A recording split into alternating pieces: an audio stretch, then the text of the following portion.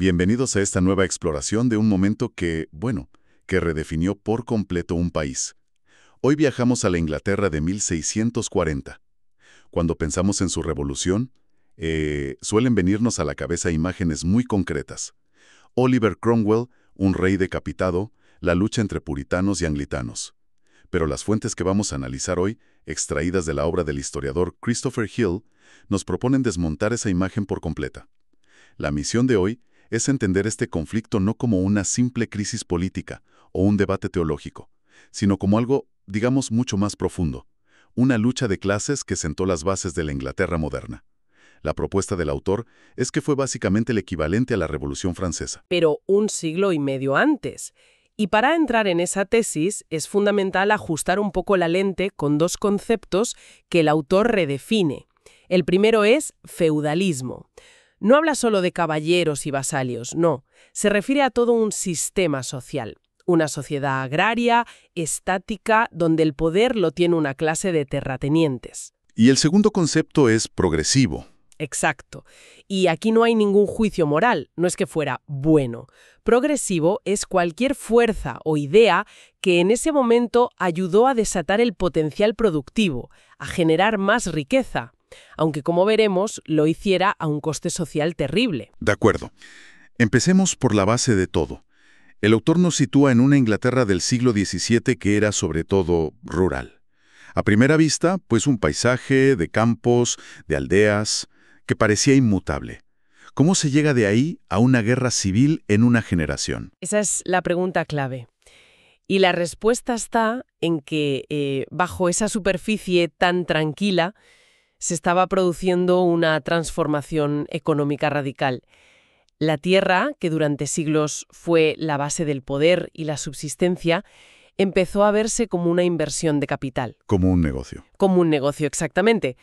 La lana inglesa tenía una demanda gigantesca en Europa, la plata de América disparó los precios y de repente gente con dinero líquido, comerciantes, prestamistas, Vieron una oportunidad de oro. comprar tierras para explotarlas de una forma completamente nueva, mucho más rentable. Esto suena como un cambio de mentalidad gradual, pero la historia suele tener acelerones, momentos en que todo cambia de golpe. ¿Hubo algo así? Lo hubo, y fue decisivo. Un siglo antes, entre 1536 y el 40, la disolución de los monasterios por Enrique VIII. De la noche a la mañana, una cantidad de tierra ingente, las mejores del país, que llevaban siglos fuera del mercado. Se ponen a la venta. Se expropian y se venden.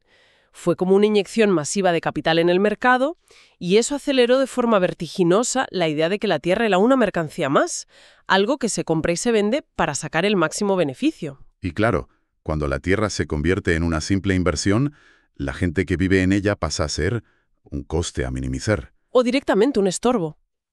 El autor recupera una cita de Thomas More de principios del siglo XVI que es demoledora. Decía: «Vuestras ovejas, que solían ser tan sumisas y dóciles, ahora se comen y tragan a los mismos hombres». Es que esa frase lo resume todo.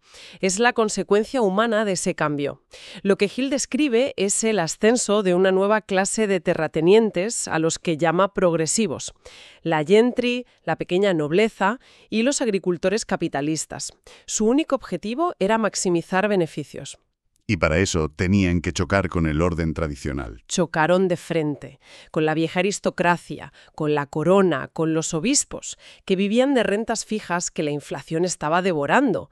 Los panfletos de la época, de hecho, los llamaban parásitos y zánganos. Entonces, si para los nuevos dueños las ovejas eran más rentables que las personas, ¿qué fue de esas personas? De los campesinos. Pues sufrieron el golpe más duro. Por un lado, subidas de alquileres astronómicas y por otro, y esto es fundamental, los cercados, los enclosures. Cercar las tierras. Sí, los nuevos dueños empezaron a vallar las tierras comunales donde los aldeanos pastoreaban su ganado durante siglos. ¿Para qué? Para meter ovejas. El resultado fueron miles de desahucios, familias enteras expulsadas de su tierra. Un drama social. Y la legislación, en lugar de protegerlos, los criminalizó. Los trataba como vagabundos, como criminales voluntarios. Se creó así a la fuerza una nueva clase social, el proletariado rural. una masa de gente sin tierra, desesperada por trabajo. Entiendo. Así que tenemos a miles de campesinos expulsados, convertidos en una nueva clase de trabajadores. La pregunta lógica es, ¿había algún sitio al que ir? ¿Qué pasaba en las ciudades y en la industria? Precisamente. El campo los expulsa, pero la industria incipiente los necesita. El autor habla de un auténtico despegue industrial antes de 1640. La industria textil, por ejemplo, se transformó. Inglaterra dejó de exportar solo lana, la materia prima, para exportar el producto acabado, los paños, mucho más rentable. ¿Y el carbón? Pero la verdadera estrella fue el carbón. Fíjate, para 1640 Inglaterra producía 4/5 partes de todo el carbón de Europa. Y eso alimentaba todo lo demás, la metalurgia, el vidrio, la construcción naval. Es fascinante. Tienes una nueva clase de empresarios con capital, con ideas, con una fuerza de trabajo barata y desesperada. Parece la receta perfecta para un crecimiento explosivo. Pero supongo que no fue tan fácil. Para nada, porque todo este nuevo dinamismo capitalista chocó frontalmente con las viejas estructuras medievales. El primer obstáculo, los gremios urbanos, con sus regulaciones sobre calidad, precios, competencia, eran una camisa de fuerza. ¿Y qué hicieron los empresarios? Pues una jugada muy ingeniosa. Se saltaron a los gremios. Trasladaron la producción a los suburbios o al campo, donde podían emplear a esos campesinos expulsados sin ninguna restricción. Y me imagino que el segundo y mayor obstáculo era el propio rey. El más grande de todos. La monarquía de los Estuardos, en vez de fomentar esta nueva riqueza, intentó controlarla y, parasitarla. ¿Cómo? A través de los monopolios. La corona empezó a vender derechos exclusivos para producir y comerciar con prácticamente todo. Con todo. Jabón, sal, cerveza, ladrillos, carbón. Es increíble. Es como si el gobierno hoy diera el monopolio de Internet a un grupo de amigos. Tenía que ser una fuente de frustración enorme para cualquiera que quisiera hacer negocios. Enorme. Y además, contraproducente. El monopolio del jabón, por ejemplo, perjudicaba a la industria textil, que lo necesitaba. El monopolio sobre el carbón encarecía la producción de casi todo. Así que lo que Hill nos muestra es un conflicto económico de base. Una clase capitalista en expansión que choca contra un estado feudal que intenta frenarla. Una olla a presión a punto de estallar. Y esa olla a presión económica nos lleva directos al conflicto político. Porque aquí hay una paradoja. Un siglo antes, los Tudor habían colaborado con la burguesía y el parlamento. ¿Por qué sus sucesores, los Estuardo, acaban en guerra con ellos? Algo se tuvo que romper. Se rompió la alianza de intereses. Con los Tudor, la monarquía, la gentry y la burguesía tenían enemigos comunes muy claros. ¿Cuáles? El primero, la vieja nobleza feudal. El segundo, la Iglesia católica, vista como un poder extranjero que sacaba dinero del país. Y el tercero, el Imperio español, el gran rival comercial y militar. La monarquía Tudor garantizó la paz interior y la protección exterior. Y eso era bueno para los negocios. Pero a principios del siglo XVII, con Jacobo I y luego Carlos I, el escenario había cambiado. Exacto. Esos enemigos ya estaban, digamos, neutralizados. La vieja nobleza, domesticada. La Iglesia católica, derrotada en Inglaterra. La Armada Invencible, vencida. La burguesía ya no sentía que necesitara la protección de un rey poderoso. De hecho, lo veía como el principal obstáculo. ¿Por los monopolios que comentabas? Por eso, y porque la monarquía empezó a desconfiar del poder económico que estaba acumulando el Parlamento. Y el detonante, como casi siempre, fue el dinero. La corona estaba en quiebra. Totalmente. La inflación se había comido sus ingresos, que eran fijos. Para conseguir dinero, Carlos I intentó 3 vías, y cada una le creó más enemigos. Primero, subir impuestos sin permiso del Parlamento. El Parlamento dijo que no. Si quieres nuestro dinero, danos poder político. Lógico. Segundo, intensificó la venta de monopolios, enfureciendo a todos los empresarios. Y tercero, en un acto de desesperación, intentó resucitar viejos impuestos feudales ya olvidados. Y ahí es donde entra la religión, pero no como nos la suelen contar. Juega el papel de la ideología, del lenguaje en el que se expresó el conflicto de clases. Y lo fascinante es cómo cada bando adoptó una visión religiosa que encajaba con sus intereses. La Iglesia anglicana oficial era en esencia un aparato del Estado feudal. Una herramienta de poder. Totalmente. Su jerarquía, los obispos, los nombraba el rey. Sus sermones, que se leían cada domingo, predicaban la obediencia. El propio rey Jacobo I lo dijo: sin obispo no hay rey.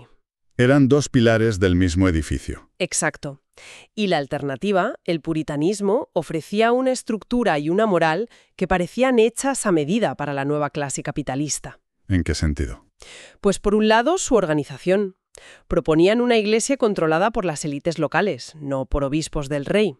Y por otro, su ética. El trabajo duro, la frugalidad, el ahorro. La idea de que el éxito en los negocios podía ser una señal de la elección divina. La banda sonora perfecta para el capitalismo. Completamente.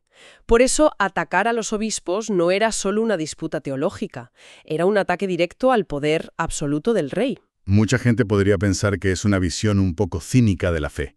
¿El autor sugiere que no creían de verdad en su religión? No, en absoluto. No es que no creyeran. La cuestión es que su forma de entender el mundo, su moral, su fe, se alineaban de forma sincera con sus intereses. Creían que luchaban por la verdadera religión contra la tiranía, y esa convicción les dio una fuerza extraordinaria. La ideología no es una mentira, es la visión del mundo que hace que tus intereses parezcan la causa de la justicia universal. Entendido. La tensión llega a un punto de no retorno. Carlos I intenta gobernar sin el Parlamento 11 años. Pero su sistema se viene abajo. La negativa a pagar impuestos es general, y una rebelión en Escocia le obliga a buscar dinero. No tiene más remedio que convocar al Parlamento en 1640. Y estalla la guerra civil. Y en esa guerra, el factor decisivo, según Hill, no fue la estrategia, sino la creación de una máquina de guerra revolucionaria, el nuevo modelo de ejército de Cromwell. Esto fue una ruptura total. Los ascensos eran por mérito, no por linaje. La famosa frase de Cromwell. ¿Prefiero un capitán de simple y burda capa que sabe por qué lucha que uno de esos a las que llamáis nobles? Y lo más importante, se alentaba el debate político entre los soldados. Era un ejército de ciudadanos conscientes que sabían por qué luchaban. Pero ni siquiera en el bando parlamentario estaban todos de acuerdo sobre cuál era esa causa. La victoria militar sacó a la luz unas divisiones profundísimas. Sí, y aquí se ve claramente la dinámica de una revolución burguesa. El bando parlamentario se fracturó. Por un lado, los presbiterianos. La gran burguesía, parte de la aristocracia. Ellos querían una victoria limitada, pactar con el rey lo antes posible. Les aterrorizaba la idea de que las masas tomaran el control. Y por otro lado, Los independientes, con Cromwell a la cabeza. La gentry progresista, los pequeños propietarios. Apoyados por las bases del ejército, querían una victoria total. y el momento de la verdad llega justo después de ganar. El Parlamento, dominado por los presbiterianos, comete un error fatal. Intenta disolver el ejército sin pagarle. Un error de cálculo monumental, que politiza aún más a la tropa y abre la puerta a los movimientos más radicales. Y esto nos lleva a una pregunta crucial. ¿Hasta dónde estaba dispuesta a llegar la revolución? El primer gran movimiento que surge es el de los levelers, los igualadores. Que eran el partido de la pequeña burguesía. Exacto, de los artesanos, pequeños comerciantes. Y su programa político es, visto hoy, asombrosamente moderno. Es increíble. Estamos hablando de un programa que hoy nos sonaría un partido progresista. Separación de Iglesia y Estado, sufragio universal masculino, igualdad ante la ley, pero en pleno siglo XVII. Eso nos dará una idea de lo radical que era el momento. Extraordinariamente radical. Pero fueron derrotados. Cromwell y la cúpula de oficiales, los grandes, los aplastaron entre 1647 y 1649. Hill interpreta este momento como el punto de inflexión. La burguesía triunfante pisa el freno. Habían conseguido lo que querían y ahora su prioridad era detener a los que querían llevar la revolución más allá y amenazar la propiedad privada. Y aún había un grupo que quería ir incluso más lejos. Sí, los diggers, los cavadores, el ala más radical y utópica. Eran, en esencia, un movimiento comunista agrario liderado por Gerard Winstanley. Su lógica era aplastante. Si hemos derrotado al rey, el máximo terrateniente, entonces la tierra de Inglaterra es libre y debe pertenecer al pueblo. E intentaron ponerlo en práctica. Sí, ocupando y cultivando tierras comunales. Fueron reprimidos con facilidad, pero su ideal era potentísimo. Winstanley escribió: «La verdadera libertad reposa en la comunidad de la tierra». De acuerdo. Tras ejecutar al rey, aplastar a los radicales y gobernar una década, en 1660 se restaura la monarquía. A primera vista parece un fracaso total de la revolución. Tanta sangre para volver al punto de partida. Esa es la gran conclusión de Hill. La restauración de 1660 fue de todo menos una vuelta al punto de partida. Fue, en realidad, la consolidación silenciosa de los logros de la revolución, pero bajo un manto de normalidad y tradición. Siguiendo ese hilo, ¿qué fue lo que desapareció para siempre? ¿Y qué fue lo que se quedó? Lo que desapareció fue la esencia del Estado feudal. No volvió el poder absoluto del rey para gobernar sin parlamento. No volvieron los tribunales especiales, como la Cámara Estrellada. Y lo más importante, nunca más un rey en Inglaterra pudo poner impuestos sin el consentimiento del Parlamento. Y el poder de la Iglesia también se redujo. También, sí. Su poder como brazo represivo del Estado fue desmantelado. Eso es lo que se fue. Entonces, ¿qué fue lo que se consolidó, lo que la revolución ganó de forma permanente? Pues se consolidó todo lo que la burguesía necesitaba para su desarrollo. Primero, el feudalismo en el campo fue abolido. Los terratenientes obtuvieron la propiedad plena de sus tierras, lo que facilitó enormemente la agricultura capitalista. Segundo, el poder supremo del Parlamento quedó asegurado. El rey pasó a ser, en la práctica, un funcionario a sueldo. Un rey por la gracia de los comerciantes y los escuderos, como dice el autor. Esa es la frase. Tercero, la política exterior pasó a estar dictada por intereses comerciales. Y en resumen, se garantizó la libertad para el desarrollo del capitalismo. Se puso la alfombra roja para la revolución industrial del siglo siguiente. Entonces, la idea central de este análisis es que la revolución inglesa fue en esencia una revolución burguesa exitosa, una profunda transformación social y económica que se disfrazó de conflicto político y religioso, aseguró el poder de una nueva clase y despejó el camino para que Inglaterra se convirtiera en la primera potencia capitalista mundial. Exactamente esa es la tesis. Y para terminar, me gustaría compartir una cita de uno de esos radicales, el igualador Thomas Rainborough. La dijo en un debate en 1647 y creo que captura el espíritu de la época y nos hace pensar.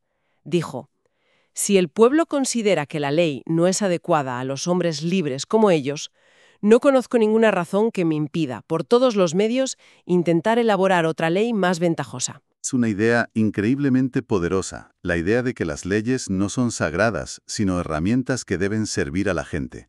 Y nos deja con una pregunta final para quien nos escucha. Viendo cómo se transformó aquella sociedad, ¿qué conflictos actuales, que a primera vista parecen ser sobre política, cultura o ideología, podrían tener en realidad raíces económicas mucho más profundas que no estamos viendo?